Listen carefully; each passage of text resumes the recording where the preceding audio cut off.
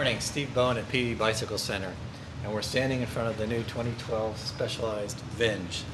The Venge has gotten a lot of attention because Mark Cavendish won 5 stages of the 2011 Tour de France on this bike, and he's now the world champion, which he won on this bike.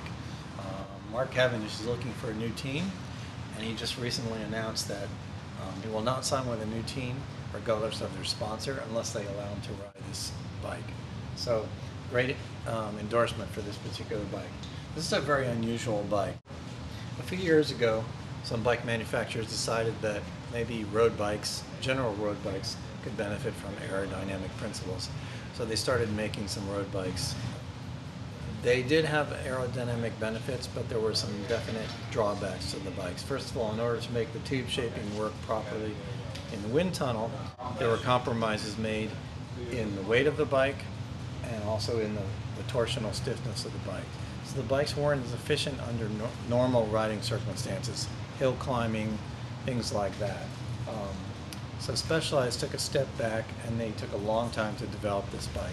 And they came out with a bike that made very little compromise in terms of what their other road bikes are trying to achieve. It's torsional stiffness, lightweight, ride quality, and at the same time, they not only took the aerodynamic principles that had been developed for time trial and triathlon bikes, but they took it one step further.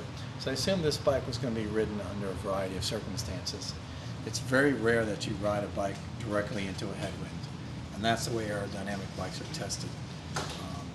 But the problem is, if you get any kind of a crosswind, a little bit off axis, then the bike actually responds worse than a normal road bike because it can push the bike sideways, and that can sap your energy, slow you down.